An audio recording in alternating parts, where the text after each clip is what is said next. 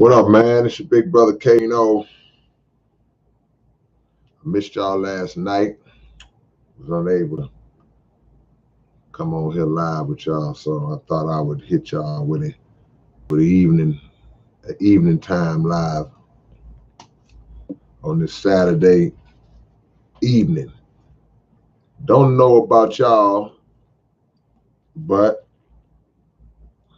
where I am is hot. Finders keepers, what's going on, man? Don't know about y'all, but where I am is super hot, and I'm assuming that for the most part, wherever you are, even if it's not extremely hot, it's hot.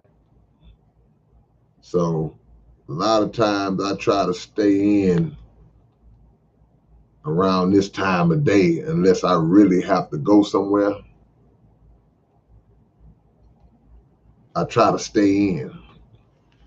But what I need y'all to do now before we get started, man, click that thumbs up for your big brother. Everybody that's coming in right now, y'all going to click that thumbs up for your big brother. Let's get that out the way early. If you're in here, click that like. See, we got some people in here, man. We got OG Swift, the Fofo boys up in this thing. We got KO SPC2G KO. We've been having OG KO come through. We got SPC2G KO swinging through here, man. What's going on today, man? Yeah, but this is open topic today, so y'all already know the routine on open topic. Anything y'all got on y'all mind to talk about, any questions y'all got, feel free to ask. And you know, if I know the answer, I'll answer it. If I don't, then I won't. Y'all got to get the answer from somebody else because I don't know. But peace to all of y'all, man. But click that like as y'all come in, and we'll get it started, man. We won't play around. It's a lot going on in the world, a lot going on in the music business. And, you know, I do these lives to try to bring attention to anything that I have on my mind that I feel like we as a collective need to know, but also for y'all to bring things to my attention that y'all may feel like I need to know. It may be something I need to go check out that I'm unaware of that's going on in the world. So, you know, one hand washes the other. Crystal Clear saying, can I email you my chopped remix of your albums?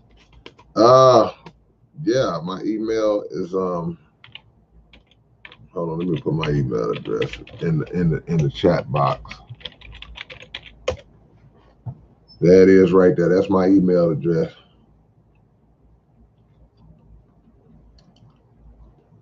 Let me know if it's hot where y'all at. Let me know if it's regular hot, if it's small hot, medium hot, or large hot, wherever you live. I know y'all all over the country, all over the world. I know in where I'm at, it's burning up. The History Fanatic says, I sent you a beat. Why didn't you listen?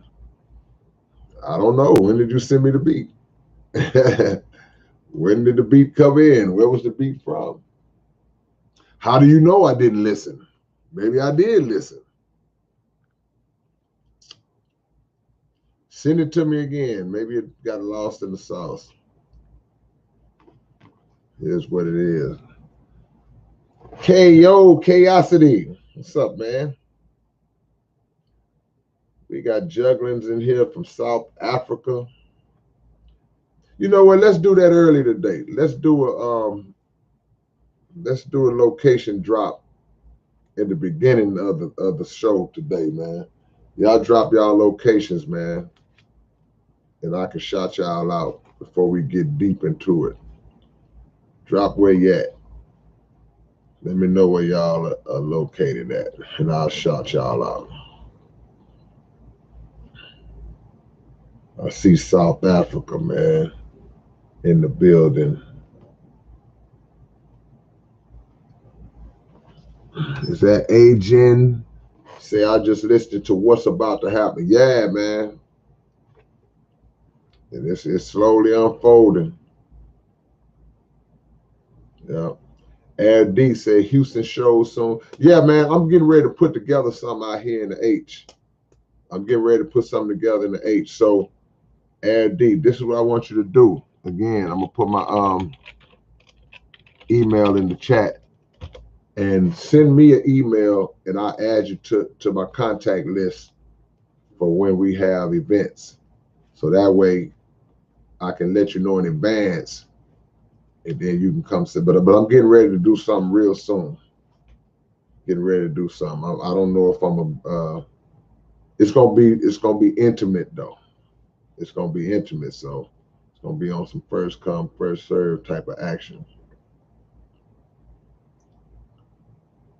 All right, let me shout y'all out, man. I see y'all got it going on up here. Finders Keepers in Pittsburgh, History Obscura in Salem, Oregon, Deeper Elevation in Denver, Colorado, Double D in San Jose, Animanarchy out there in Ontario, Canada, Child Succubus in South Haven, Mississippi, Zawaji, BCSTX, Short Bus in Omaha, Ad D in Houston, of course. JD is in Huntington, West Virginia. Agent is in Birmingham, Alabama. Na Maria, New Jersey. Don Quixote out there in Maine. Crystal Clear in Louisiana. Lake Charles. Clayton in Columbus. Daniel in the garage. Appreciate that history. Hope you're well too, my brother. Swift. Marvin. What's up, Marvin? Warren, Ohio. The homie Marvin Stroud up in this thing, man. Yeah, man. Acres home. I already know, Swift.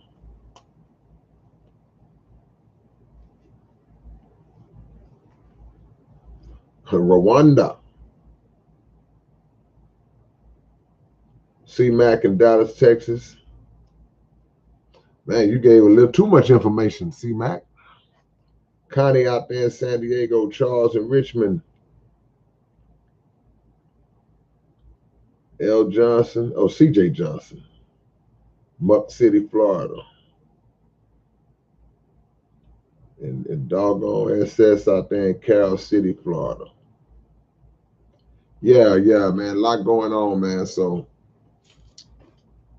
we are ready to rock and roll.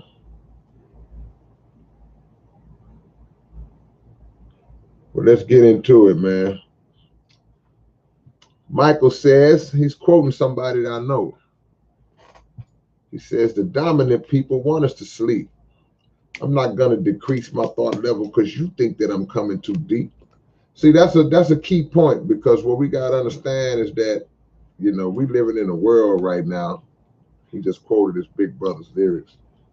We living in a world where every effort is being made to dumb the people down. Every aspect, not just rap music. See, a lot of times we talk about how rap music has been dumbed down, how basic and simple and degenerative rap music is becoming, but you got to listen to R&B.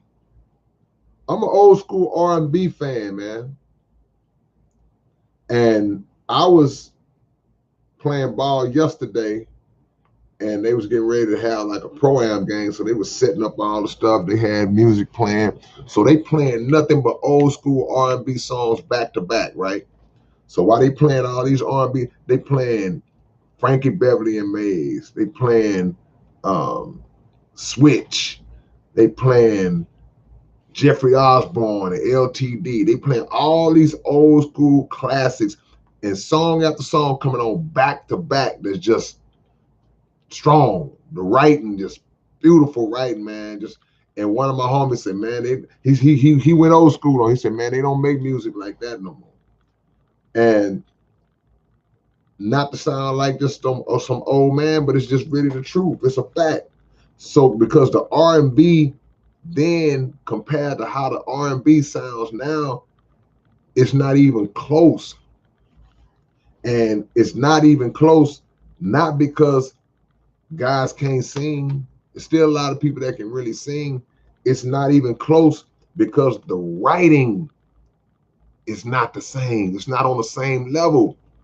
See, back in the days, R&B songs could be talking about uh, sex and what they gonna do to their woman and not, and they never directly said it. Never directly said it. The lyrics was like poetry. All you gotta do is go listen to some Isley Brothers, some slow jams from the I. Man, the lyrics are like poetry. If you just read that to a female, it would be like poetry. Now the writing is so direct, it's so blunt. I'm talking about R&B. Let me bend you over and blow your back out, girl. Like it ain't no mystery or nothing. It's just like straight to it, straight to the money. You know, like you have to master the art of saying it without saying it. So they're dumbing down the music, and it's making us focus more on directly feeding our appetite, our carnal appetite, more so than making us um, think our way or work our way into or earn our way into something valuable. You know, it's been like that in rap for the longest, but trust me, R&B is the same way. And I picked up that genre because I don't really listen to too much else. I don't know how it is in knows, but I think that the art of writing is really suffering right now because people coming with that oatmeal, them oatmeal songs, man, putting out them oatmeal albums that just I got to hurry up and try to follow this blueprint, this template of simplicity, or this template of just direct nothingness just to get on. You know, I don't know how y'all feel about that, but that's just my thing. Michael Bunton, are we expecting to hear your new CD early summer or late summer? It's gonna be late summer because I know right now it's early summer right now. I think it might be mid. We're in the middle of July. So we're in the middle of summer right now. So, but I'm about 8 songs deep into my next album. So if y'all know anything about your big brother, it don't take me long to put an album together. But I am kind of going slow on this one. You know, I'll do 8 songs in one night. But I've done 8 songs in about the last 2 or 3 weeks. So it'll be done. This album will be finished by the end of this month. And I know how I am. It'll be out probably by September. Somewhere up in there. Maybe August, maybe late August. Who knows? Just depends.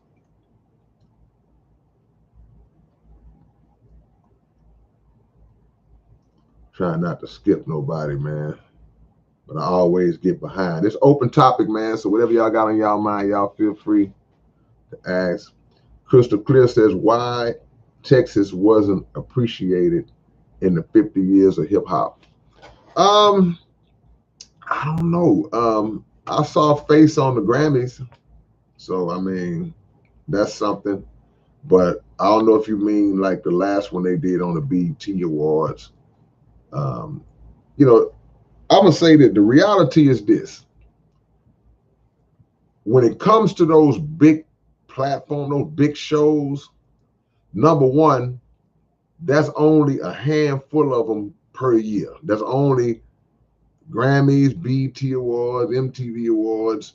Soul Train, whatever. There's only a handful of those big events that you're gonna see on a national scale per year. That being said, it's only so many spots because it's only so much time that they can decide who they're gonna feature on this particular show. And the reality is, a lot of people are gonna get left out. Now, that being said, I don't think that we should really put a lot of emphasis on those big shows and looking at that as that is the only true representation of hip hop at 50. If you didn't make it on one of those, then you didn't get represented. I don't look at it like that, because if it's in you, if this art form is in you, you've been repping it long before it hit 50 years anyway. You know, now I know the thought process is, well, yeah, man, but some people deserve the recognition, some people deserve to shine. Yeah, all that's true, but the reality is everybody not gonna get it. And there are a lot of people who from all regions that have not been included. I haven't even seen KRS-One on any of these shows, any of these big, and he's like the embodiment of hip hop, you know. So I mean, if you true to it, you don't even worry about that type of stuff. You know, it would be nice to see some of our Texas artists, or you just more down south artists, be featured on some of them. But I mean, the reality is, we could say that about the Midwest. I haven't seen Bone Thugs on any of those shows. I haven't seen who else you can name, a lot. I haven't seen Twister on any of those shows. So you got guys in the Midwest that have been slighted. You got so many rappers in New York and in LA that haven't been on that I would have liked to see. So I mean, it's just impossible to accommodate. If you can't do it. It's too many. It's like you got a bus that only has 50 seats on this bus, and there's 200 people standing at the bus stop. Everybody can't get on the bus.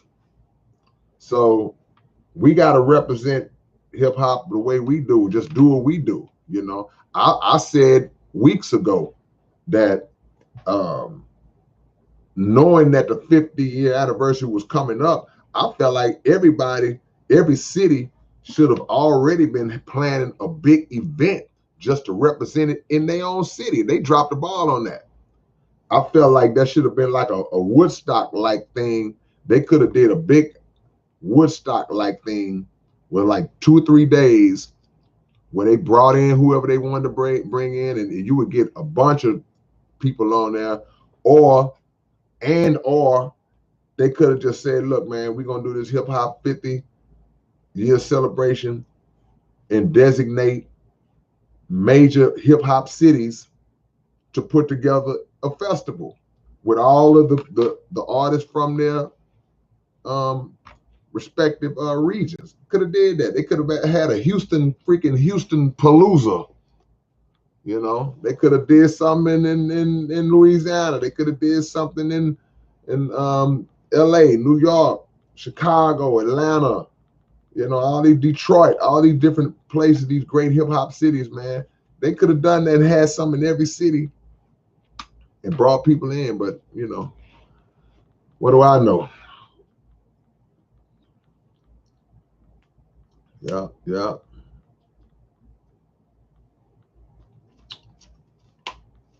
I'm coming back to Canada, y'all. Charles Schuler says it's 91 degrees. Where you at, Charles? Potty, what's going on? How are you?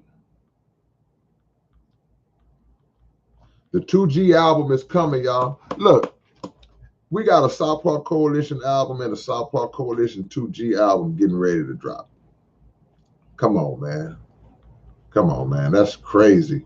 That's insane, man. South Park Coalition and South Park Coalition 2G got albums. Say it's actually done. Is DNS in town, KO? We talking some SPC business, y'all.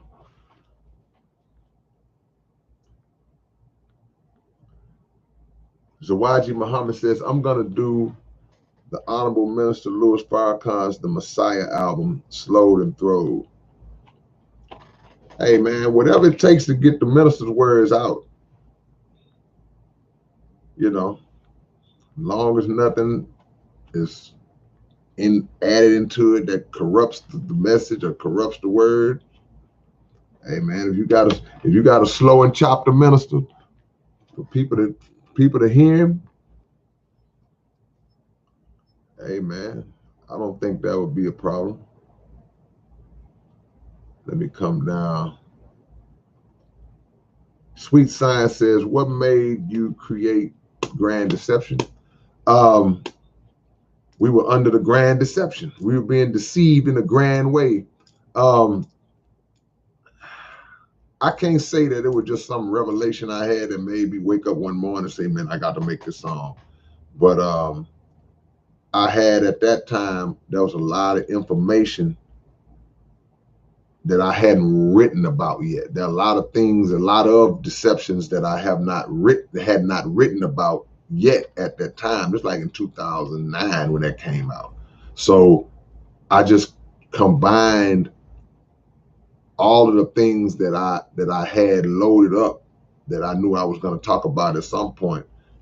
That's why I was all over the place, because the deception has taken place on many levels, and it still is. It's a lot that I didn't cover. It's a lot that I've covered since then on other songs, and there's still a lot yet to cover. So that's all it was.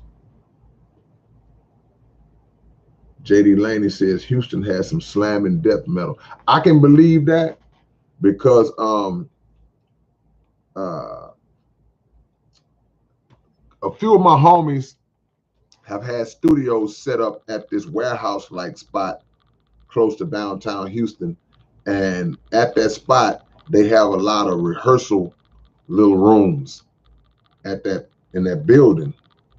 And while you're in the studio, you hear all these cats next door playing heavy metal and rock and just, so it's a lot of bands, a lot of rock bands, a lot of metal bands in Houston. I know that for a fact because they be in there rehearsing and going hard. So let me catch up, man.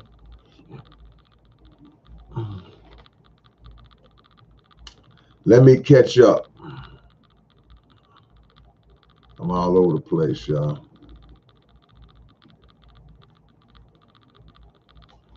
Can y'all hear me good? Who can't hear me? Somebody said I was choppy.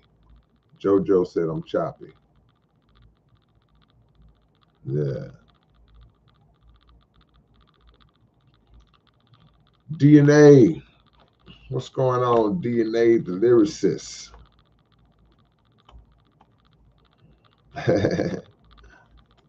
What's up, DNA?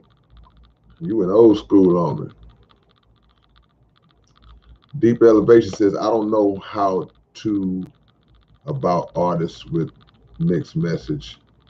A lot of them have compelling content that is relatable and deep, but then they will say a bunch of other things that kind of contradict it. Well, I know where you're coming from, but what we got to understand is that each person consists of different facets of life. There are different facets in each person's life. Nobody is perfect. Nobody walking the planet walks this planet as a perfect individual. So even though you may have a message that you stand on, that you strongly believe in, that does not make you perfect. You still may, this guy may still go snort a line of cocaine every now and then, but he's for the cause though. And he really is. He just got a bad habit, He may write about something. He may say something in the song that, like, oh man, that don't line up with what you said on that song, So that's something that each individual has to work on within themselves, because, the true reality, to your point, you don't want to confuse people. So if you are struggling with certain aspects of your life outside of the music, then you need to not include that onto the music. You focus on projecting the best message for the music so you won't pull anybody into the negative side of you, you know. Because a lot of times what we do in rap music, which has always been a mistake, but we do it unintentionally, I think, a lot of times, man, we be giving the world ideas on how to do wrong, you know, because if there's something that's going on in our region that's kind of localized, like this is a Houston thing that we do, not many people outside of Houston know about this. And then we start rapping about it and it gets popular and it's negative, then people outside our region start, man, let me try this, let me do this, let me do that. See, that's why Houston is known for like lean and sip and drink and all that. You know, it ain't to say that we originated that or started in Houston and other cities didn't have it. Of course they did, but our culture popularized it on such a level to where now it's an identifying marker to our city. You know, there's a time where you say, yeah, man, I'm from Houston. Oh, yeah, y'all be sipping that drink down there. No, everybody don't do that. Well, that's why y'all. Nah. So we'll give the world ideas based on the stuff we do. And it's happening in different cities. You know, it'll be another city that'll popularize something that nobody else was on, and then we'll jump on it. So we got to be careful with the things that we say and the things that we tend to glorify in our music, because we just think we're making a jamming song. We just trying to make a song that everybody gonna like. We try to ride a wave. Some people make songs about stuff they don't even do. Make a song about smoking blunts and all because it sound cool. You don't even smoke. So people make songs about shooting and killing and doing drive-bys, and you ain't never even had a schoolyard fight before. But you're doing it to ride a wave, and you're doing it because that style is popular right now, and that's what's selling right now, like gangster music and all that. I mean, we got to be careful with that. We got to make sure that whatever it is that we're talking about as we mature, you know, we young, we now say some, you know, like you're like, why did I say that? You know, but as you mature and you start to gain the understanding of the power of words, and that's the thing we don't really look at. We don't look at the power of words. You know, we look at the impact of actions. You know, I can walk up to somebody and just slap him, and that's going to be an impact. It's going to be a problem, you know. But things that we say also can have an impact in a different way, or sometimes a greater impact, you know. So we got to start focusing more on what words do, you know, in our music and just in our everyday conversation, you know. So that's a good point to touch on, man. Yeah. Open topic, man. What's on your mind? Y'all tell me what's on your mind. Mr. Jones said adrenaline rush. That's that Twister. Yeah, oh yeah. That's what I'm saying. You can't get everybody, man. Somebody gonna get left off. Hey, y'all hit that thumbs up, man, if you haven't already. Our Photon Z says corporate interests. Yeah, you know, that's another thing you got to look at. Like, man, it's a lot of favoritism when you get up on certain levels of the industry and the game. And see, we can't be in our feelings. We can't take certain slights personally, because you were never factored in to the equation from the beginning. They already have, these are the people we're going to mess with and this, you know. So, and even if it's somebody you look at and say that should have been on there, they might not be in the circle like that. So Phantom Face says, one day you'll name me too for being a Midwest lyrical champion. Hey, man, I don't doubt it. I don't doubt it one bit, man. Fast Track said, all those artists you just named are doing music and just doing their own thing. You got to live sometime. Yeah, you know, people will say, music is what I do. He'll say, music is what I do. It's not who I am. Some people say, being a basketball player is my job. It's not who I am. But the truth is, especially musically, the two can combine. You know, we should be, in my opinion, now y'all might disagree, but we should be reflections of our art. Our art, what comes out of us, should be a reflection of who we actually are, not a fake image. You know, I can't look at something and go, I'm gonna pretend that I'm like that and project that through my music.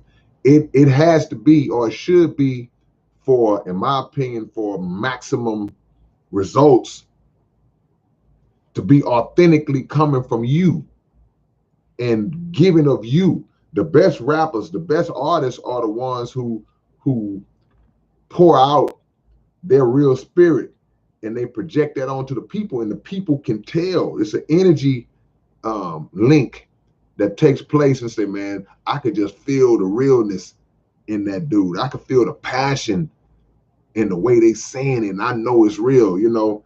And or I'm speaking about aspects of my life, aspects of my struggles or whatever, that resonate with other people. Like, man, I went through that too. Man, ooh, that boy speaking my life, man. That's what makes people like certain artists. And that also, in my opinion, determines which artists last, you know, and which ones don't. You know, if you speak in real life, bro, you're gonna be around. You're gonna be around. That's not to say you can't touch on other things. You can have fun. You can make a party song. You can make you got to mix it up. But your foundation should always be rooted in reality and rooted in something that's gonna stick to people. That's gonna catch them right here and right here. Charles Succubus says, consciousness creates reality, and the universe is not locally real. Yeah, you know, consciousness brings awareness to reality. That's all all consciousness is becoming aware, to become conscious. When you sleep, you don't know what's going on around you. If you really sleep, somebody could be standing over you with a knife, just acting like they're gonna and if they don't make any noise, you are totally unaware that you knocked out. But when you become conscious, now you look around, now you see the person over you. Hey man, watch out, you know. So consciousness is just an awakening. That's why they always saying woke, he woke, woke. So when you awaken to something, when you become aware of something, yeah, you become aware to the reality of that thing. It's like, I see this for what it really is now. But a lot of times we have to search for that, although there are times where that awareness is thrust on us, like it just comes out of nowhere, that something happens to make you see something or somebody for what or who they are.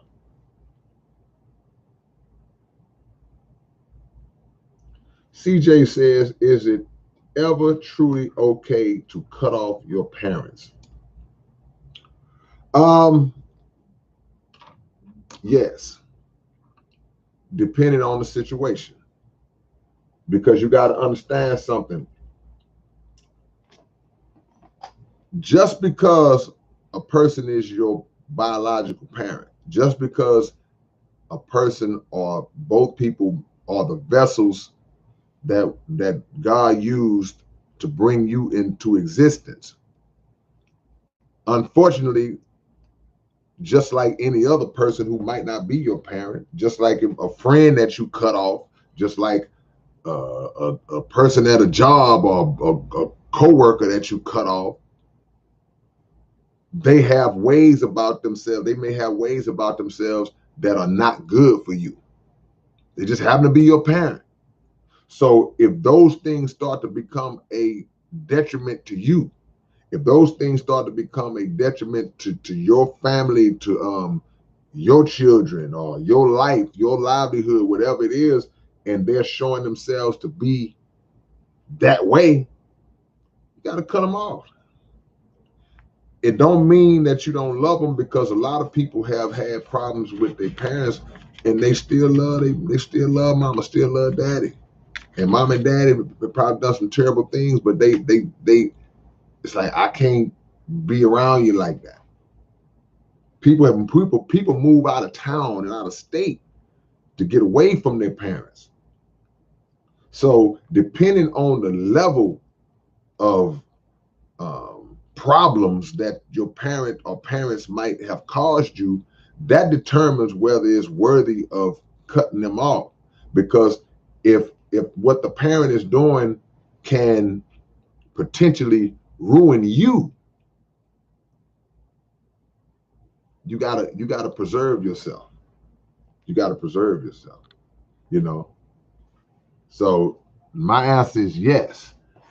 That doesn't mean you have to be disrespectful. That don't mean you got to go around telling everybody how low down your daddy is and how much you hate your mama and all. No, you keep that to yourself, and you pray for your parents, and you keep going about your life. But for the sake of your own well-being and those that you may have around you now, yeah, depending on what it is. Yeah.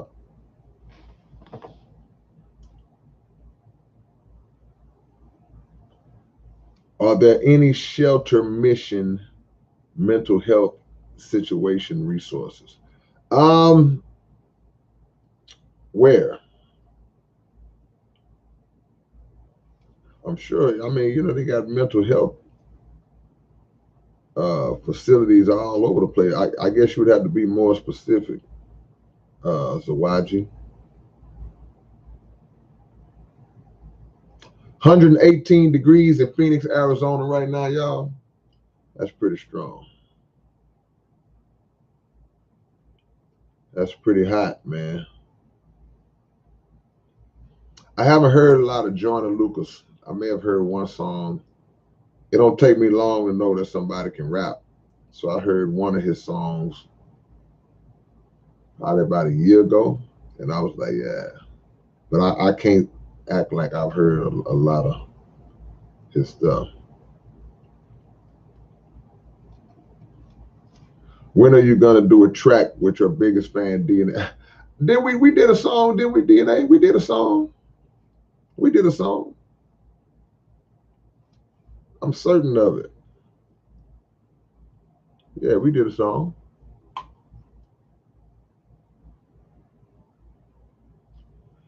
Catherine McMartin is in the building. Apocalyptic Minister is in the building.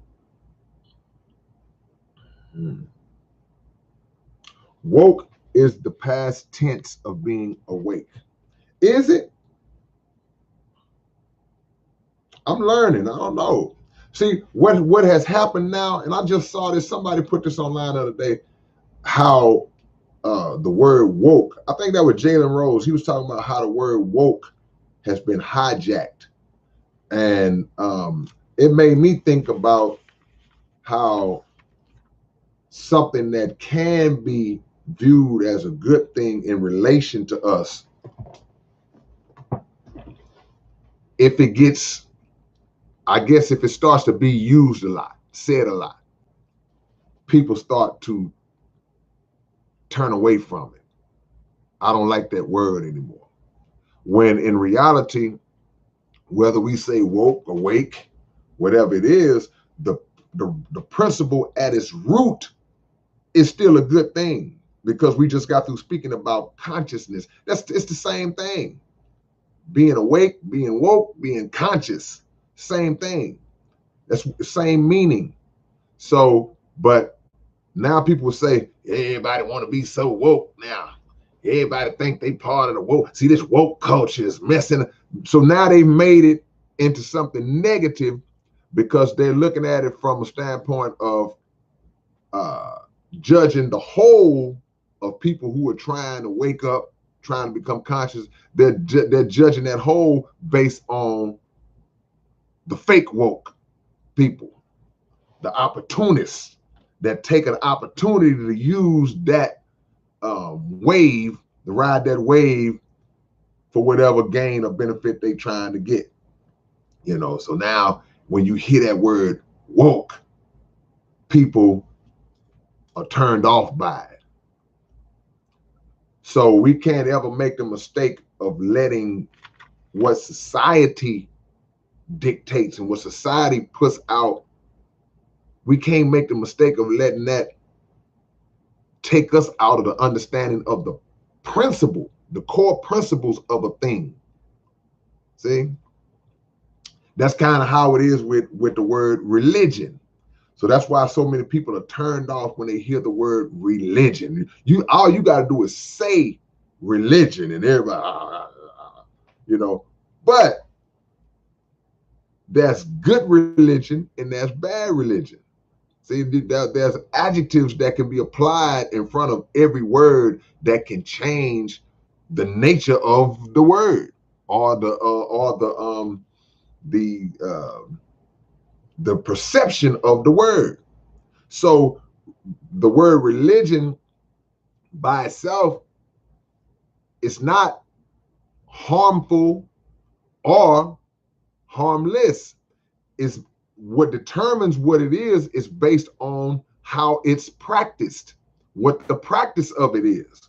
So if you're practicing good religion, meaning good principles, then okay, cool. If you're practicing bad religion, or like Minister Farrakhan said, dirty religion, then that's what you got. Now we looking at the preacher like, oh man, that's a shady preacher. Oh man, all them people, they still, that church is dirty. Oh, look at that pastor, look at that priest, look at him. Now he's saying this, but he's doing that. He's practicing bad religion. Oh, look at him, he's stealing the money. He just using them people. It's all in the way you practice it. So even with woke, hey man, you fake woke or you real woke? What's your motive? Motive is the key to everything. Intention is the key to everything. We are judged by our intentions more so than the action, because the action can deceive you. A person can do something for you that on an outside appearance looks like, oh man, he really looking out for me. No, man, no, you got it all wrong, man. That's my boy. He gave me $500, man, when I was down, but you don't know why he really gave you that $500. There was something snakish behind the reason he gave you that $500. There was something dirty behind why she did this or helped you do that. It wasn't just out of the kindness of their heart. Well, out of the kindness of your heart when you did that. Oh, he been helping that old lady, just get her stuff straight, and he takes her groceries up, and now he helps her with her finances and make sure she not, because he trying to steal her money. Yeah, because he found out that she got a lot of money, so he's getting her to change her insurance policy and her will so he can take her money when she dies. You see, intention is what we should look at.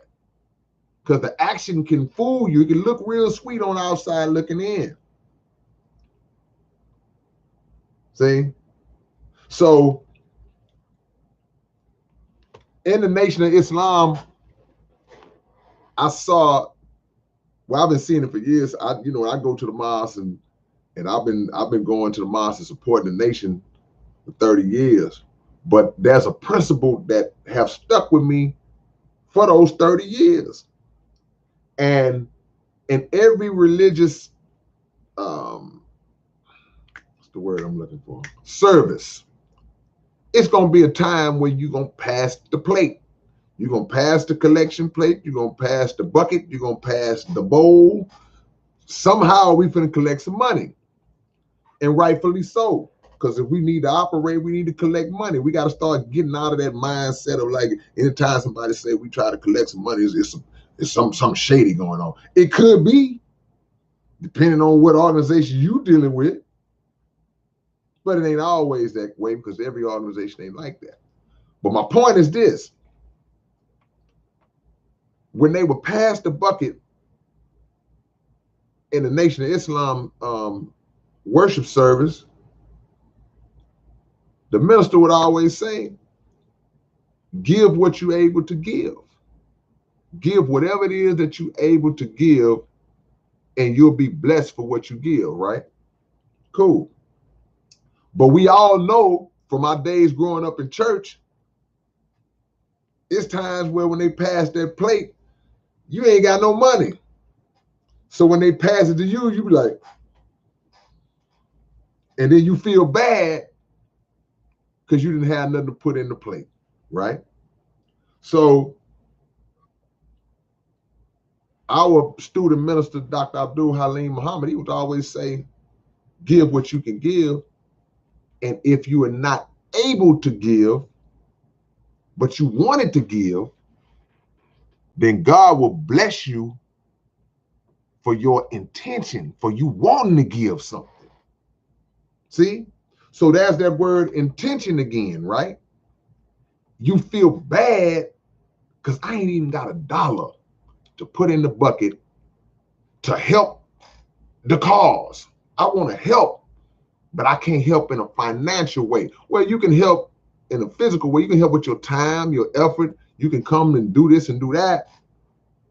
But then on the flip side, you have people who give a lot, but they do it for the wrong reasons. They give to be seen. I want to stand up. Yeah, I'm giving this $200. Yeah, look at me. Yeah, look at me. I'm giving $200. Everybody see how big of a big man I am. I'm giving $200. Your intentions ain't right. So your blessing might not be of the magnitude of the person who gave 50 cents. This dude reached his pocket. He had 2 little loose quarters, and it's all I got anyway. This 50 ain't gonna make or break me.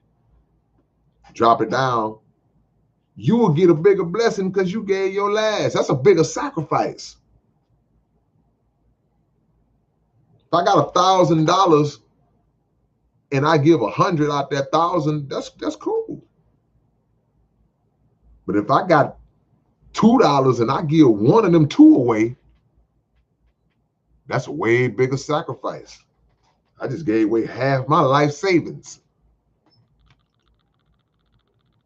So it's about where your heart is at, man. It's about where your heart is at. That's why they say it's the thought that counts, and all these, you hear these different slogans and terms. Y'all click that thumbs up, man. Hit that like. We gonna hit that 100 early. See, you can be physically broke, but you can be spiritually rich. And you can be actually physically rich and spiritually broke. You have no type of love and principles and morality about yourself, but you got all the money in the world. That ain't a good thing.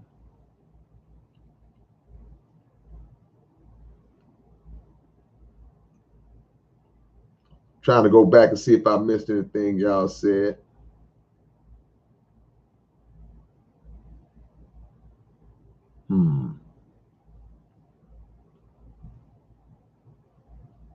Michelle Wood says, yep, their intention. I'm thinking of taking my whole page down, starting all over again, because some people on their intention. Well, you know what? Sometimes you got to do what you got to do. I wouldn't let nobody run me out of my own house, though. If your page has corrupt people on that page, block them people off your page and keep it going. You're not gonna run me out of my own house.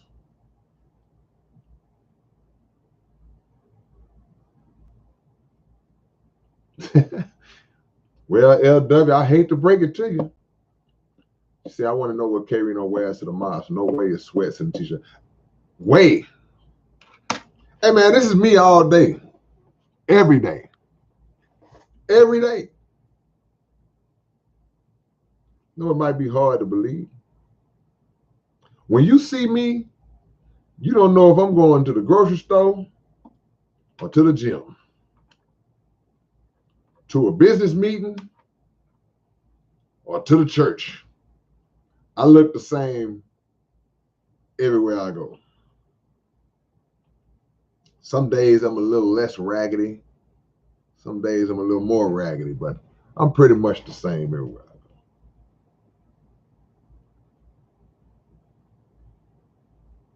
go. Open topic, man. What's on your mind? What's on your mind?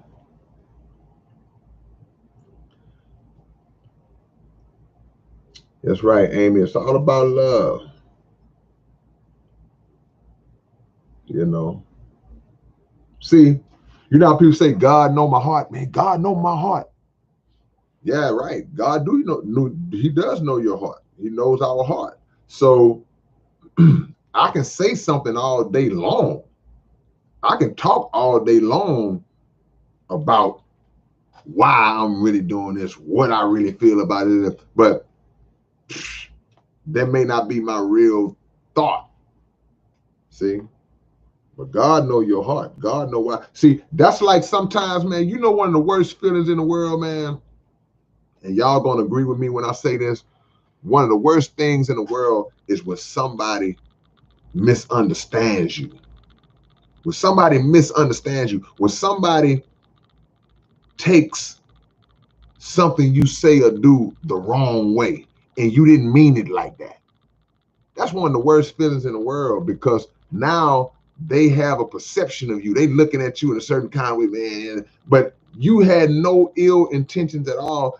They just misinterpreted what you said and what you did. They may have misinterpreted what you said. Maybe it was based on how you said it.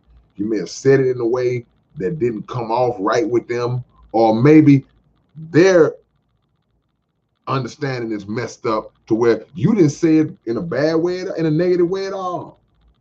And they just got stuff going on in their world where they just on the defensive all the time. But when you know you meant somebody good, and then they still flip it around on you and they attacking and talking crazy, like, what? Wait.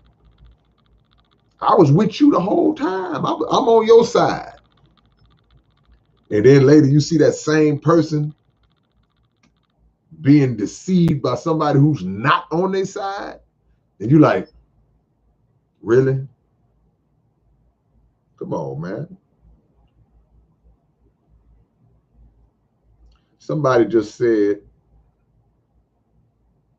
man, wait a minute. Somebody just made a really good comment.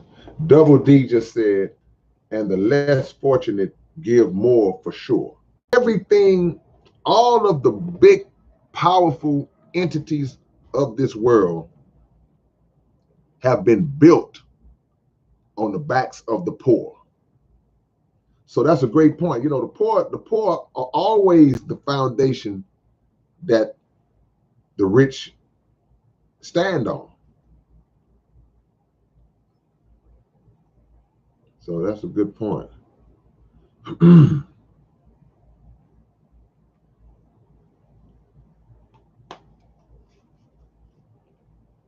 Peter Birdsall says, good intentions pave the road to hell.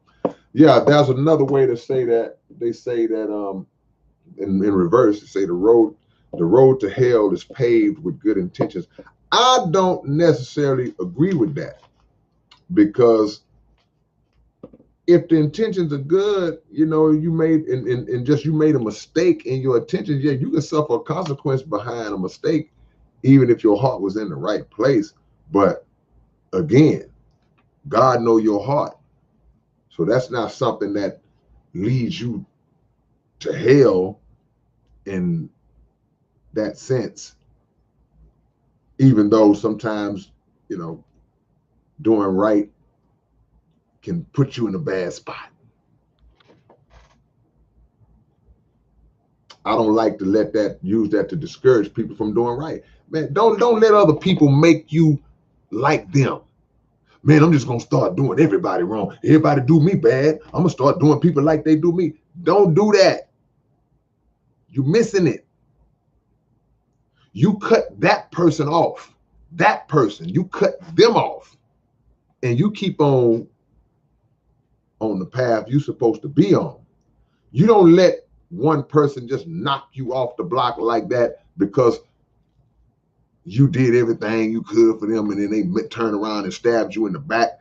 Now I'm gonna be like everybody else be. Nah, you clip them off. Get rid of that. Learn from it, because now you setting yourself up for a fall of your own, because you got to always think about the way you felt when the person did to you what they did to you. You don't want to make somebody else feel like that. You want to be the opposite. I always use this example when we have this conversation. It's like growing up with a father that never was around you, just always neglected you. Your daddy abandoned you. He was never there for you, never did nothing for you. Or he was there, he treated you like crap, abused you. You either can go down that same road when you have a child and start treating your child the same way your daddy treated you, or not being there, or you can say, I'm gonna make sure that my child never feels the way I felt when I was growing up. See, we control this, man. You control how you get down. There's a bunch of questions people are asking. Yeah, I'm trying to get to them, man. I'm missing a bunch of stuff. I know I am.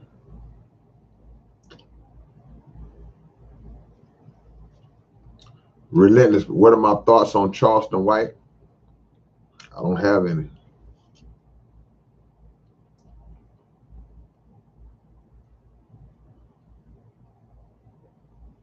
Male stalkers can't block and ban on Facebook. They found my number, calling my phone, and they go, oh my gosh, man, it's going to a whole nother level. You're gonna have to get the authorities involved. See, and let me say this real quick too, man. It's nothing worse than a miserable. I'm trying to find the right kind of adjectives to use when I describe a stalker, when I describe a person who has just decided that they're gonna spend their time harassing somebody who don't want no part of them. You are the worst type of human being. You in the top 5 of the worst types of human beings to ever breathe oxygen. If you have nothing else better to do than sit around or following somebody around that don't want you no more, calling somebody's phone 8,000 times a day, showing up at their job, harassing their people, then you are the worst type of person ever. You a miserable, worthless piece of nothing. Because or you have mental issues. I'll give you 1% of a sympathy pass if you have mental issues and there's just something you ain't able to control. You need help. But you need to go get that help. because nobody has time to be dealing with somebody who has just decided that if they were involved with that person, I'm just not going to let this person go. Nope, you're not leaving me. Nope. And to think in your mind that the more I keep pushing and harassing them and coming around and the more I do that, that's going to make the person wake up one day and go, wow, this person must really care. You know what? I'm going to go ahead on and be with you. No. Something is wrong with you. Get some help. And even worse, well, I ain't gonna say even worse, just as bad, when you're doing that to somebody that you don't even know personally. They don't know you, you don't know them. You in Iowa somewhere, harassing and stalking somebody who lives in freaking New Jersey somewhere. Just creating those types of problems. Oh, she's pretty. I saw her picture, and now I'm gonna just spend all of my days bugging the hell out of this person. Man, those are some of the worst type of people in the world, and I have no feeling or remorse for anything that happens to people like that. I dare to say that I celebrate when bad things happen to people like that, because they don't take into consideration the type of problems that they cause for people. Person who clearly don't want anything to do with you. See, a person don't have to tell me to leave them alone but one time. Hey man, that 99 is looking real messed up. It's bothering me. It's been sitting up there long. Because somebody who haven't hit the thumbs up, go ahead on and hit that thumbs up and get this 100 up there on them likes. That 99, I keep glancing up at it and it's distracting me. So somebody, let's go ahead and thank you, appreciate you. Good looking out. But you don't have to tell me but one time, bro. You don't have to tell me but one time to leave you alone, and I'm through. It wouldn't matter how much I liked you, how much I loved you, how hurt how crushed I am that you don't want to be with me. I'm gonna leave you alone, because I have to respect the principle both ways. If it was me in the situation, I would want to be left alone. I would want to be able to move on with my life and find my happiness. But yet, now here you are, you done got married, house, and this person still circling around, coming around the block. What are you doing? Worst kind of people, man. I hope none of y'all are like that, man. It's gonna be all right. You get over it if you give yourself a chance to. But if you keep it up, somebody's gonna do something to you that you deserve to have done. Because a person has told you, hey man, leave me alone. The police have told you, leave this woman alone. Leave that man alone. Family members have threatened to beat you up and all. Leave this person alone. Still won't do it. So you get what you get. And anytime, man, I'm being open with y'all now, man. Y'all might think I'm kind of twisted.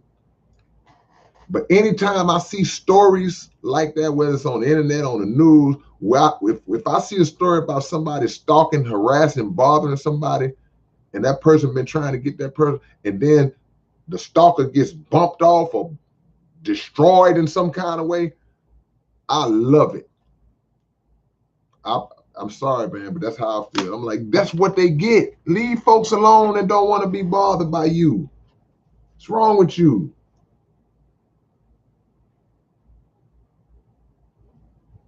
Nobody deserve that.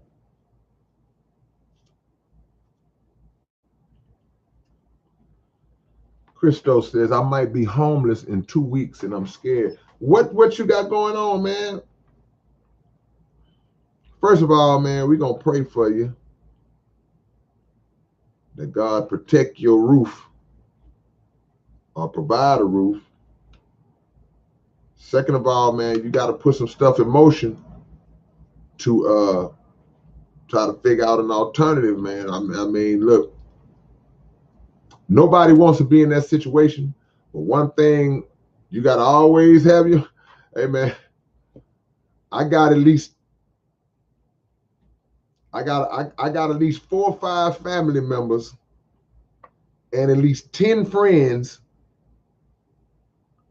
that I can stretch out with that at least hold me for a year if I was ever in that situation. And nobody likes to add, hey man, I need to stay with you, man. Hopefully you got some people around you that, you know, that can help you out until you can get back on your feet, man. Because if you've never been in that situation, I can imagine that it is really scary, just the prospect of that, just the thought of not having a roof over your head. So yeah, so prayers for you, man. Indeed. And see, that's the thing, see? Now you saying you took a class with this cat 12 years ago. 12 years. See, this is why I say people are sick. Because what have you been doing in 12 years to where I'm the only person that you've been thinking about in the last 12 years? You couldn't wait to find me. You don't go on with your life at all. Got a problem, man. Then they feel like they are entitled to you. They become delusional. I watch too much Lifetime, man. I've been watching Lifetime and Tubi. Tubi is like the new, like the Black Lifetime channel. Yeah, and all these kind of stalked by my doctor. Bubba C says we take care of what the police want. And see, and that's another thing, because it's like that's a dangerous situation, because you'll take care of it when the police won't do their job, and then you end up getting in trouble. Sometimes. But that's why you gotta do your due diligence when you got a stalker like that. You gotta put your paperwork in. You gotta constantly report it and have stuff on file. So if it ever go down, you can actually say, well, hey, I told them, go check the police record. I have a history of complaining about this person. So I had to do what I had to do.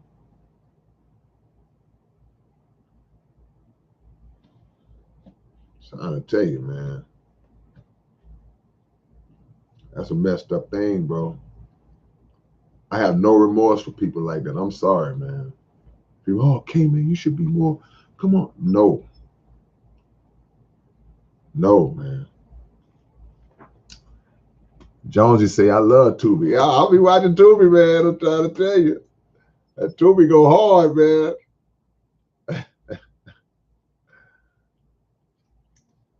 Anna Menarche says, when you're homeless, you learn who your real family and friends are. Yeah, but you don't want to learn like that. There's a lot of ways to learn who your real friends and family are without, losing a roof over your head. See? You'll learn who your real friends and family are when you're about to be homeless. That's how I look at it, because somebody gonna say, well, nah, man, nah, come stay with me, man. You come stay with me till you get on your feet and blah, blah, and whatever. That's to me when you learn. I'm sure that once you were in the situation, then True indeed. You will kind of see who your friends and family are too, but I don't want it to get that far. I don't want to learn it. I don't want to be at that point when I learn. I need somebody that's going to contact me when they find out that I'm in trouble and say, hey, man, I heard you about to get evicted. Yeah, man, they about to put me out. No, man, well, look, man, come stay with your boy, man. You can come stay with me. You know, how long you need? About 2 or 3 months. Hey, man, stay as long as you want to. If they know you. And what I mean when I say if they know you, I mean that if my partner, if he is a go-getter, he ain't lazy, he's a worker, he's always trying to make stuff happen, right? And he just hit a bad little streak and things went bad, and his house of cards came tumbling down for whatever reason, and he just in a bad. But I know how he built. Hey, yeah, man, come stay with me, man, because I know he gonna get on his feet. I know this is a temporary. My spot is a temporary stop for him, right? He don't even want to be down to them circumstances. See, a real man, a real woman, they don't want to be down to them circumstances. They feel bad that they had to move in with mama or with cousin or with friend. They feel bad about that. So they working hard to get out that situation. They embarrassed. They feel like a sense of failure. Even though the person that brought me in, they don't look at them like, nah, man, I know, man, things happen. It's that one who is sorry, that one who is lazy, that one who is trying to live off of you and get over on they don't have no intentions of getting back on their feet on their own. They just want to sponge off you. That's the one that you have to say no to. Or the one that once you kind of feel like they doing that. See, because sometimes they'll get you in the middle of it. Sometimes it'll be a situation where it's like, okay, yeah, man, come on, stay with your boy, man. And you don't really know till they in that, and all of a sudden it's like, hey, man, how things looking on the job? You know, you've been here 2 months now, bro. I ain't seen you, you know, doing nothing. Oh, man, just crazy. Yeah, Lim, we sure did. We sure did, Lim. It's reality.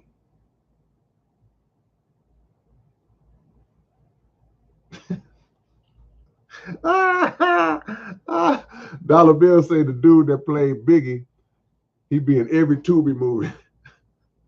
Hey, well, get that Tubi money, man. Yeah, man. Apocalyptic say he better get a van and stay close to work. You'll be okay. Well, I mean, you know, a real friend, when I know, man, I know it's a go-getter, they always got a place, you know. I'm not gonna let one of my friends just be sleeping in the park, sleeping at a bus stop somewhere, you know. But most of my homies, I've been knowing them 30, 40 years. So I know how they wired up. I know how they built. I know they ain't on no deadbeat type of stuff. And I know just like I would be embarrassed to have to move in with somebody. Like if I just fell off and I was like, and I had to ask somebody, it would be hard for me to even have to ask, like, hey man, it would be hard. But they would know too, vice versa. They would know, okay, it ain't gonna be 5 years from now and K-Rino still in my house. 2 years done passed. They going in and out of work. They coming in, back and forth to work. Every time they come home, I'm sitting on the couch in my drawers with my feet up on the table, eating a cupcake. What's up, man? You working hard. They were hot out there today, huh? And they looking at me like, nah. Your boy wouldn't do that. I wouldn't do that. I got the second I move in, I'm working my way out. I'm trying my best to get out. And I'm staying out your way. See, because resentment can build, you know what I'm saying? When somebody move in with you and they ain't really, you know, I trust, man, my house used to be the house that all the fellas come and stayed at. Trust me, I know I'm experienced in this. My place was the place. Every one of my close homeboys, I would say 80% of my close homeboys that I've been knowing throughout 30, 40 years have all lived with me at some point. Fact. Yeah, man. I'm just on the couch with, I got the remote in one hand, a cupcake in the other hand, with some socks and some drawers on. I ain't got no shirt on. I'm just on the couch. Man, you got home, you came in from work late today, man. I was wondering when you was coming home. I'm trying to see what we eating tonight. Some people get that kind of nerve after a while. They get comfortable.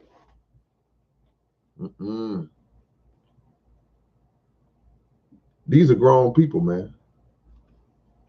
Christo says friends are sometimes better than family. Yeah, sometimes your friends are your real family. Y'all ain't never heard the song I made? I got a song called All Blood Ain't Family. Y'all need to go listen to it. Just because we related, that don't mean that we relate. All blood ain't family. Family is a demonstration of love. The word family represents a demonstration of love. So wherever you get that from, y'all don't have to have the same blood in your vein. Y'all have become a family based on the respect and love y'all have and the way y'all treat each other. Y'all have become a family. That's how families are built. You a man and you meet a woman and y'all get married. Y'all clearly are not related. At least I hope y'all ain't. You might be if you from the country. You from Anahuac. Lemmy. You might marry your cousin. No, but seriously though, two people come together, they were total strangers, they get together, they get married. They are family, they had children, they are family. Y'all have built a family.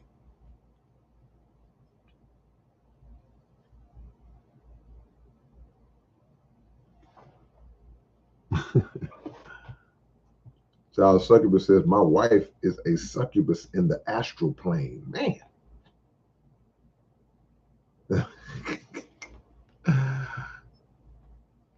Man.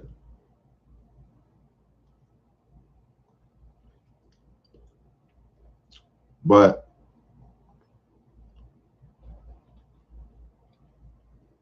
family is what you do. It's like the word love. Love is what you do. It's not what you say, it's what you do. It's what you show.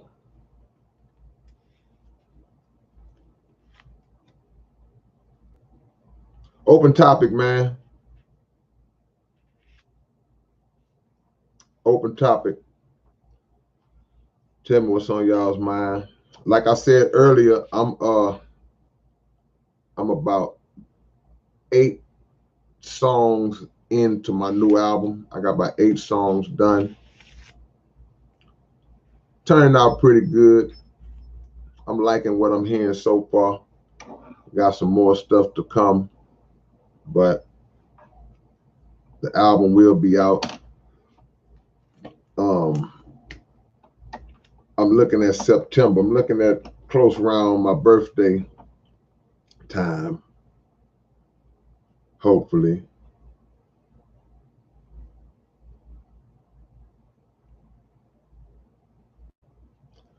SS says, know how your friends are built. I have a lot of bad built friends.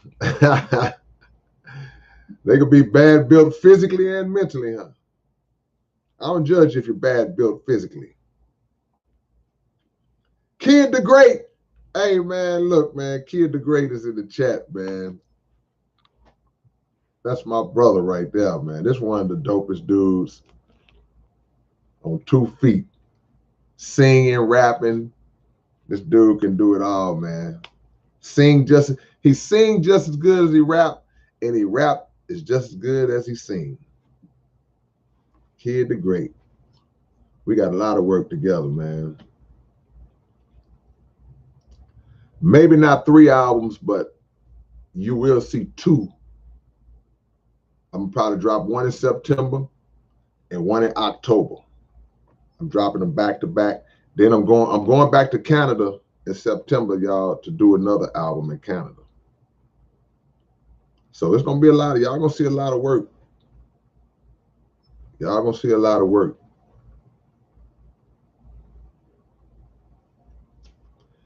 Half Ogre says Hillary Clinton. I got scared just seeing that name. Hillary Clinton said it takes a village to raise a child. I say it takes 2 good parents. Well, first of all, Hillary Clinton didn't make that up. We can't give her credit for that term. Because, yeah, it does take a village. And all that means is that we are all responsible for the children that are in our community. Whether they are our own children or not, we are all responsible because we all have an obligation to make sure that every child that we come into contact with is positively influenced by us. That we set an example, that we instill right principles into them any chance we can get. But the problem today is such a disconnect between the adults and the children, especially, you know, some you don't know. You know the old saying, you know how old folks talk. Man, when we was growing up.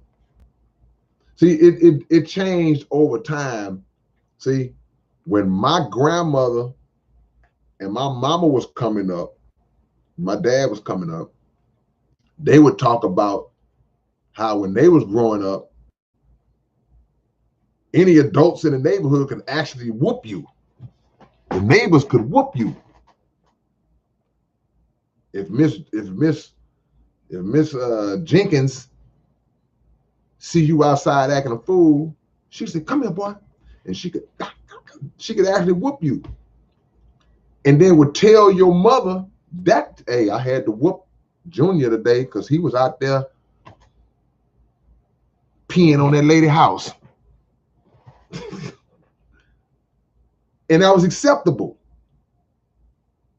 And Junior's mama would go, "Oh, thank you. I'm glad you told me. Thank you." And you know what's gonna happen? Junior finna catch another whooping.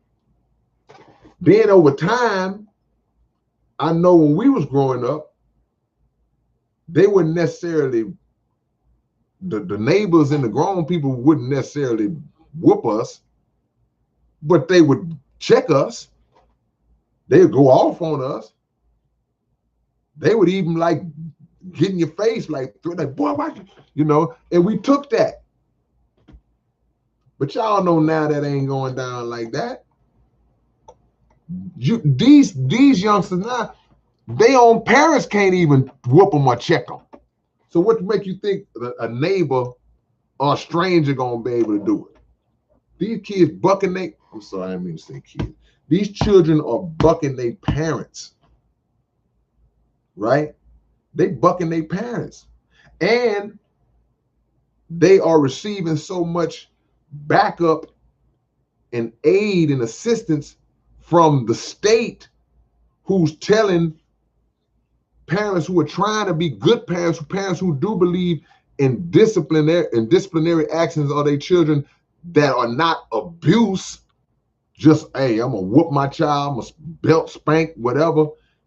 that's not abuse, the state is saying you can't do that to your own child. Well, we're going to get child protective services to come investigate. See? So that's the time we living in right now. So you can have two good parents. Hey man, that's a great start. That helps. But at the end of the day, man, you really gotta have three good parents. Mama and daddy and God. And you gotta have a lot of support system. That's just the reality, because there are things that a child is gonna be more receptive to coming from somebody other than the parents sometimes. That's the truth. That's like we talked about one time, y'all. Raise your hand if this have ever happened. It ain't a child. It could be your husband, your wife, a friend. That's why we talk about, you tell somebody something, and you tell them somebody something, and they refuse to listen. You can tell them 100 times, then somebody else totally unrelated come along and tell them the same thing you've been telling them, and then they do it. And you're like, I told you that. But for some reason, they didn't take it from you. But then you have to humble yourself and go, well, you know what? At least they took it. At least they took the advice. The advice is better for them. So if they didn't take it when I gave it, cool. At least they took it. See? And at the end, that's all you want. If I have a child and I'm trying to instill certain principles in that child, and they won't listen no matter what I say, then some older guy that's at the basketball court with him tell him the same thing, and he come home and say he getting ready to do it. All right, cool. That's the village. That's the village.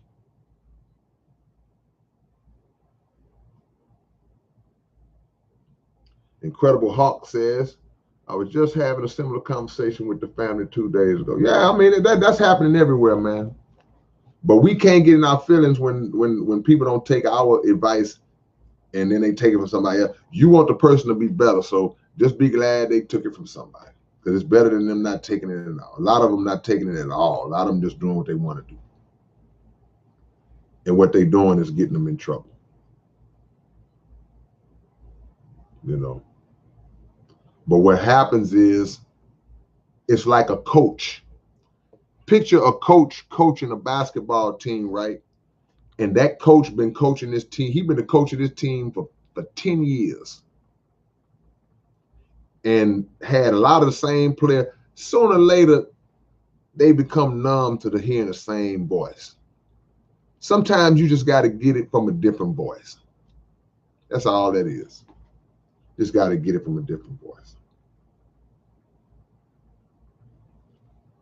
Yeah.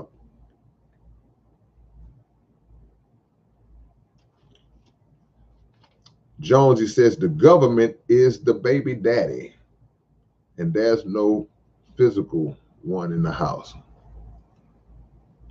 The government is the pimp. You want me to show you how? Because, kid, I appreciate the love, kid. Salute to you, man. Okay, that's what it is. I'm gonna tell you how the government tries to pimp women.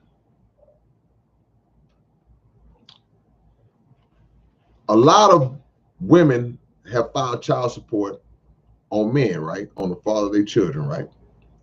And okay, that's cool. If you got this guy, he ain't doing right, he ain't taking care of his child, he refused to, he just won't do right, you asking and trying, and then as a woman, you might have to do what you got to do. You might feel like, you know what, I need some help. This dude is clearly showing me he ain't gonna do right. I'm finna go head on and put them folks in his world, right? Cool.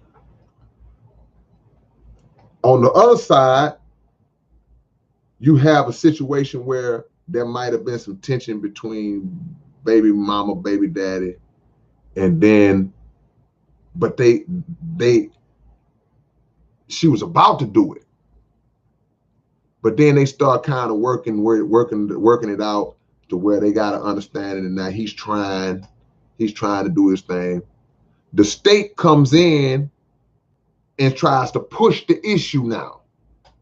They're trying to make her still file child support on the guy because the state gets a percentage of the state getting some money too. And I've seen situations where the woman have just been like, no, I don't want to do that. I don't want to file on him. The state be mad. They be hot. They try their best to push it and force it. No matter what the woman is saying, that she's like, no, I don't want to do it. And when she don't do it, boy, they be hot. So because they trying to pimp these women out so they can get this money. They want you to file. It's crazy. So that's why when people are in those kind of situations, it's never good to make emotional, quick, irrational, emotional decisions. Y'all arguing. Well, I'm gonna put them white folks in your life. I'm gonna file child support on you. Yeah, I know what I'm gonna do. That. Because back in the days, I don't know how it is now, but back in the days, that was the one thing that a woman could say to a dude that would just scare the hell out of her. A woman threatening child support, it's like, I would just scare the hell out of a dude back in the days. I don't know how it is now.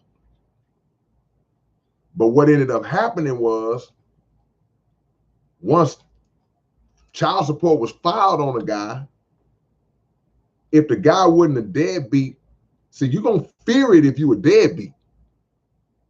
You may fear it a little bit if you're not, because you looking at, man, they're going to take so much out of my check, how I'm going to live and how. But a lot of times the guy came to the understanding like, okay, yeah, she filed on me, and it ain't that bad. In other situations, I had homeboys that was like, I was giving her more before she filed on me. So it backfired on the woman, because before she filed, just straight out of pocket, he was kicking out more out of pocket.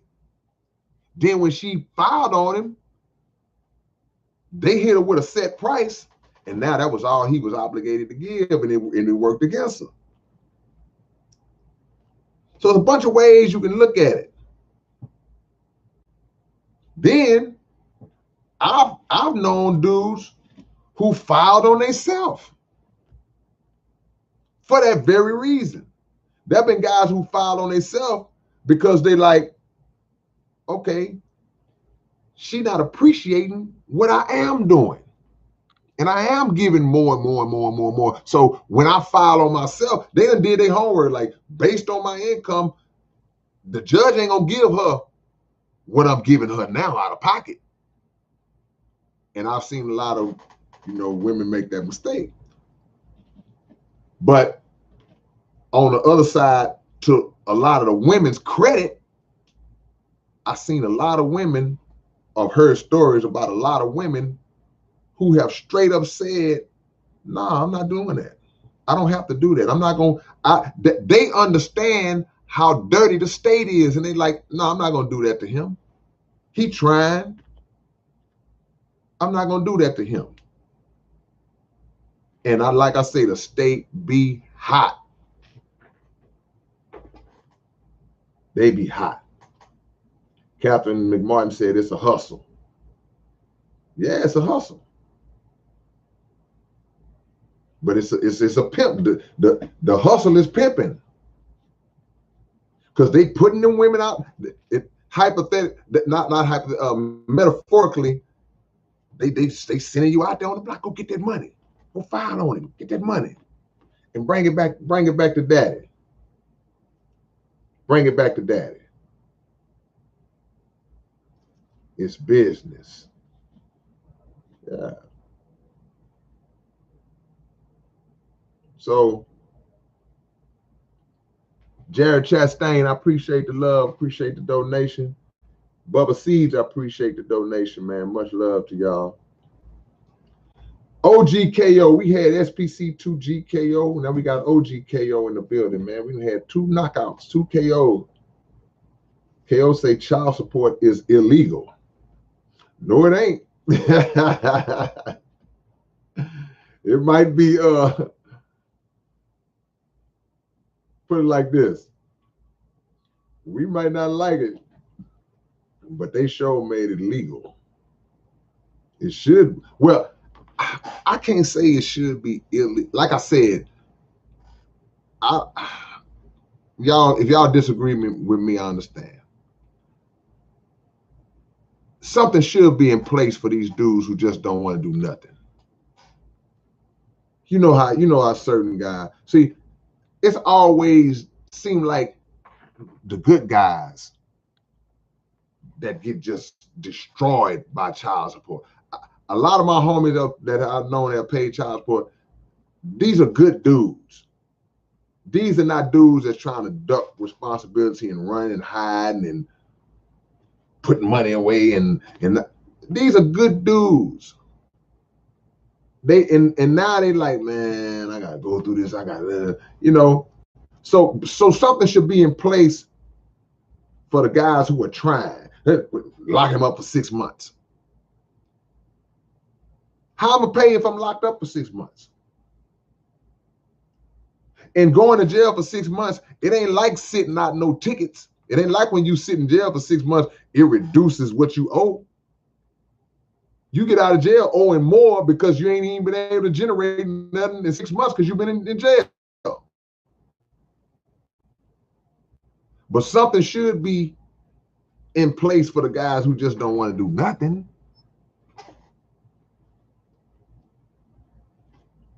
Say unlawful. Okay. I see 3 unlawfuls. Hey, man, I get it, man. I understand. That's why emotion have to be really, you got to think through things. Because a lot of times, and don't get me wrong, there's some dudes that have filed child support on women. But a lot of times, we don't do things because we need to do it. We do things because we upset with the person that, we just broke up. He don't want to be with me no more. She don't want to be with me no more. So I'm going to show him. Can't do that. Who is the tall guy on Slipped into a Coma? Who is part of the SPC? What tall guy on Slipped into a Coma? What did he say? What line did he say? You mean the video? I know you're talking about the song, but so if you said a tall guy, you must be talking about the video. What tall guy?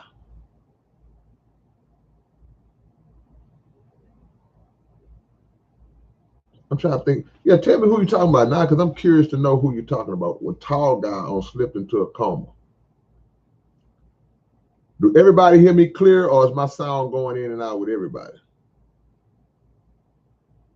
Okay, people saying, am I raggedy? My sound is raggedy. Raise your hand if you hear me clear now. Or just say yes if you hear me clear now. Am I clear now? I'm good. Oh, okay. You say he was wearing the Israelite gear. That's Dope E. Dope E from the Terrorists. Yeah. That's dope, man. That's Dope E. Yeah. So I'm cutting off, man. My sound is messed up. I don't want y'all to be not being able to hear me. YouTube be giving, man. I try my best not to be on some conspiracy theory type stuff, man. But it just seemed like every time I touch certain subjects, I start having technical difficulties. Something ain't right, man. If I was talking about dropping it like it's hot, hey man, I'm getting ready to open up a strip club, man. If I was talking like that, man, look, I would have no problem. Certain subjects that I touch on, I start having these problems. Maybe I'm tripping. Maybe it's just by chance that's happening. But Spikey said if I was talking some nonsense, yeah, I'd be crystal clear. Yeah, that's dope, man. See, yeah, I don't like to shut down my live and start back up, but I'm about to be done anyway, man. I ain't gonna hold y'all up all day. Man. But you know what? When that does happen, I take it as a validation. A lot of times that I'm doing the right thing. Because if I'm speaking against the powers and then I start having problems, and I feel like I'm doing the right thing. Because one thing about your big brother, I'm gonna speak it. I'm gonna speak it. Yeah. Yeah. Yeah, Dope been an Israelite for years doing this thing. Hey, look, man, something I'm forgetting to tell y'all. What am I forgetting to tell y'all, man? Yeah, if I was talking nonsense, y'all gotta understand, if I was talking nonsense, my videos would get hundreds of thousands of views. I'd be killing it on YouTube if I was talking nonsense. But since I don't do that, where y'all be? Y'all still hooping at Sunnyside? They be still hooping at Sunnyside, Rick? They've been hooping at Sunnyside on Wednesdays for years, bro. The only problem with that for me, Rick, is I hoop in Fundy on Wednesdays. I hoop in Fundy from 3 to 6. So I'm not young no more. I can't hoop 2 times in one day. I can't hoop at one gym and then go to another one like I used to do back in my 20s. Back in the days, we'll leave Fundy and go straight to Sunnyside and come around. I may make a cameo in that one of these days. Like if something happened and I don't make it to Fundy on time, I might slip in Sunnyside. Is that floor still slippery? Sunnyside floor used to be slippery back in the days, man. You know, I like to hoop in raggedy shoes, man, so I can't be slipping and sliding. Y'all see the shoes I hoop in.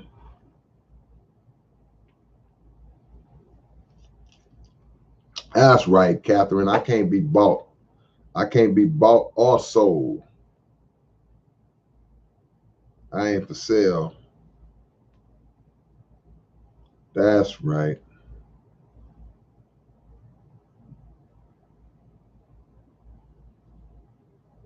Drinking tea. I don't like tea. I don't drink tea. I'm not a tea fan. I'll force it if it's like it's a good herbal tea. I'll make myself drink it, but I'm not really a big fan of tea. It ain't slippery no more? Okay. I'm swaying through one of these days, man. They run whole court or 3-on-3?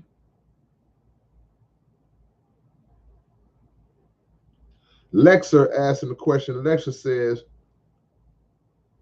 do you ever feel like the harder you try, the harder you fail? Everybody goes through periods like that, Lexer. But it's an illusion. It's an illusion. Now, I will say this. Sometimes you can fail even though you're trying hard, because that might mean that the way you're doing it is not the right way, meaning that your formula is off. See? So a lot of times we feel like we're supposed to get a reward for the effort. And in some cases, you do get a reward for the effort depending on what it is. But if it's something that has to be done a certain way in order to be done right, in order to be accomplished, then you got to figure out how to do it right. So you could try hard, you could work hard all you want, but if you're working hard the wrong way, I'm gonna give you an example. I was working on this job, right? I know y'all like, what? I used to be in bail bonding. Anybody ever read my book? Y'all see this story in my book. I talked about this in my book. I was working at a bail bond company, right? And when I first started working there, I didn't know what I was doing. They put me on a computer. I wasn't really all that computer literate at the time. This was like decades ago, right? And they explained to me what to do, and I was doing what I thought was what they told me to do. Come to find out, now I'm grinding, I'm going hard. I'm all day, I'm pulling these names off the thing, these people that are locked up. We trying to I'm pulling the names off, basically. Working hard, like 3 days. Come to find out that the names that I was pulling off was old names. They wasn't the new buns that was coming up, the new people that was getting locked up. I'm putting down names I'm going the wrong way on the list. You see what I'm saying? So one of the cats that worked there, he just happened to notice what I was doing. He was like, man, these are old names. You missing out on all of the new stuff that's coming up on the computer. But I was working hard. So my point is, to your point, that working hard is cool, because now you have that principle. You got that in you to do. But if you're not seeing a result, it may be because the formula is off. You're working the wrong way. You got to lock in on what you're supposed to be doing and work hard doing that. Locomotion, I did that, bro. Like my first 3 days there. It's amazing they didn't fire me. And you'd be like, oh, okay. You feel like a dummy. But I was new. So we got to learn the right formula. Because if you don't learn the right formula, then it don't matter how hard you work. Don't matter. Hey, better Bill Bond. Yeah.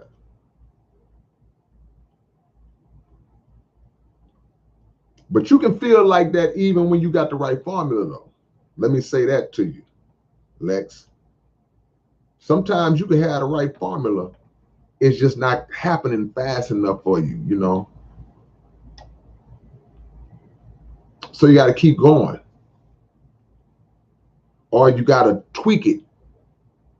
You could be on the right path, but it's like something is missing. You got to It's like a basketball team. We make the playoffs every year, but it's a piece we missing to get us over the top to win the whole thing. So you doing good, but it's a piece you might be missing. It's some element that you might not be incorporating that's keeping you down.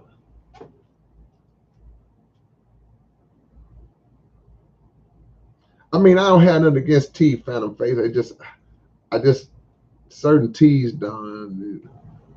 It's not the ingredients, it's the taste. You know, there's a lot of vegetables that are really good for you, but you might not like the taste. But somebody say, yeah, but it's really good for you. Like, yeah, but I don't like how it tastes. I'm a gag if I eat it. But if it's something you really need, you might go ahead on and say, all right, I'm gonna make myself do it.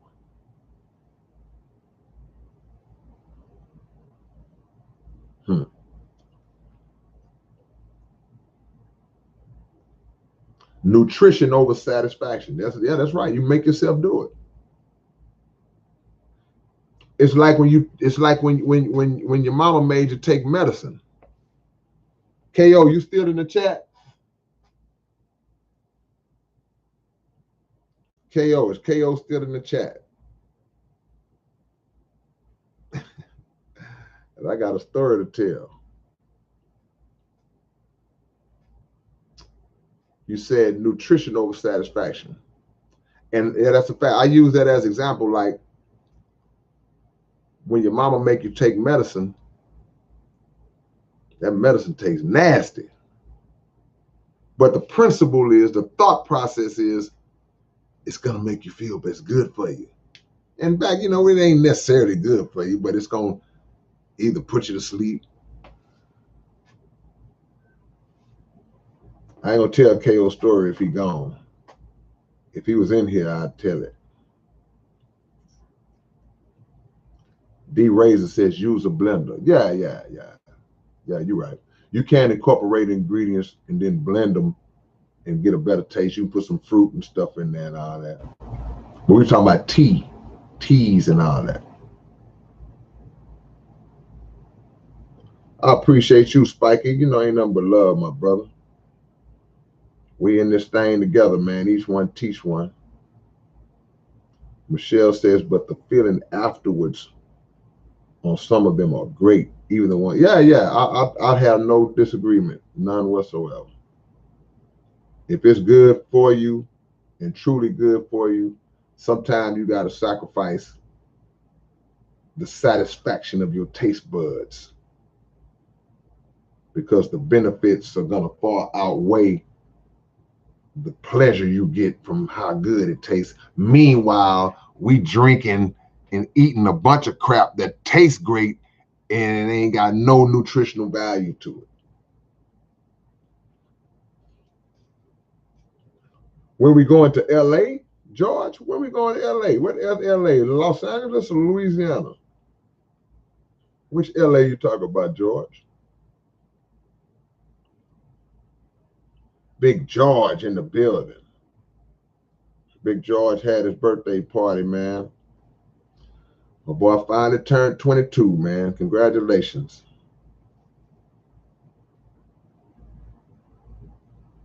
Wow. Okay, Bubba C. Los Angeles. I don't know. I don't really have nothing lined up for LA, but maybe a vacation or something one of these days.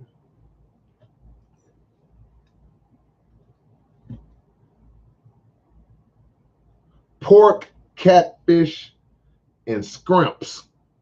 Stop eating it. Now look, check this out. Apocalyptic minister. You just named 3 foods, if you want to call that food. In this day and age, boy, you about to have to fight trying to tell somebody to stop eating pork. Look, if you trying to convince somebody to stop eating one of those, it's about to be some drama. I've had many arguments and conversations about pork. I've had many about catfish, and several about shrimp. So that's to that principle. The way they make it taste makes us say, oh, this just got to be the greatest thing. This got to be the greatest thing. Tastes so good. This can't be bad. This cannot be bad. Look how good it tastes. Well, let me break something to y'all who feel that way. We live in a world and under a system that can literally, if they want to, they can make anything taste good. Let me find something in here. They can take these little tops on these pens. You see the pen top? The thing you put on a pen? They can grind these things up, man, and break them down, put some type of flavoring, artificial flavoring into it, do something, smooth it out, and I guarantee you they can make it taste good. And all the while you eating plastic. So good to you don't always mean good for you. That applies to food, certain drinks, it applies to drugs, and it applies to people. Remember that. There are people that just, they make you feel so good, but they not good for you. Just got through talking about the stalkers.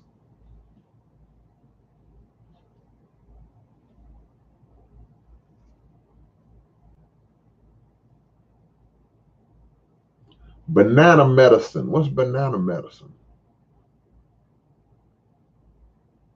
What is DXM? You say you got addicted to DXM later?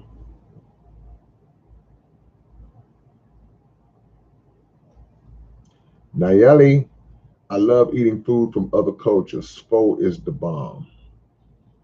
Yeah, you know, a lot of other cultures have really good food, a lot of good healthy food, but you still got to be careful with other cultures because there's certain stuff that they eat and you like, oh no. Have you ever had frog neck? No. Chick-fil-A is crack. I know it is. I ain't eat chicken. I ain't eat Chick-fil-A, but anytime I pass by, the lines are wrapped around the corner. Ice cream and milk. See what I'm saying? Perfect example. Still to this day. Come on, kid. Yeah, man, you gotta be willing to. We only do it when we get sick. That's the funny part about it. We wait till we get sick, then we bite the bullet. What is this? I made this little tonic. Drink this. You're like, ew. And it tastes terrible, but you know it's good for you, so you take even the medicine like NyQuil and all that crap. You know what I'm saying? That ain't the best, stuff to put in our body, but we'll take it, if nothing else, just to go to sleep, so you won't feel the pain of being sick no more. But we'll sacrifice how nasty it tastes because we try and see, instead of doing that, not taking NyQuil, but taking herbal things that may not taste as good as a preventative measure. I may drink this one time every day, or I might drink this once a week, just to strengthen immunity the best that you can.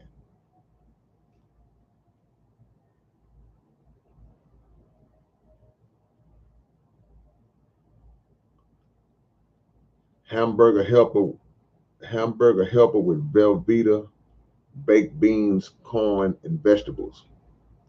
Man, that's interesting.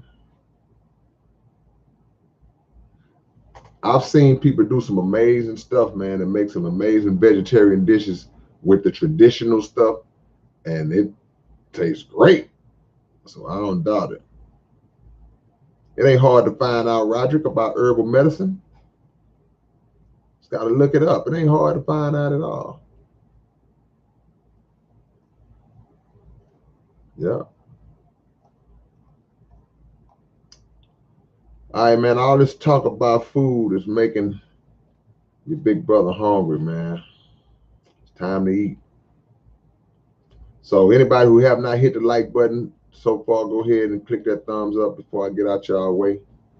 I've been running my mouth for 2 hours, man. God, man. Click them likes. I appreciate y'all getting them way up. They way up by our standards in our little community.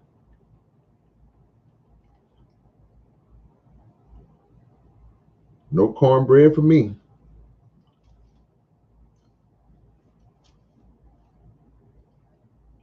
All right, man. I'm out of here, man. Peace.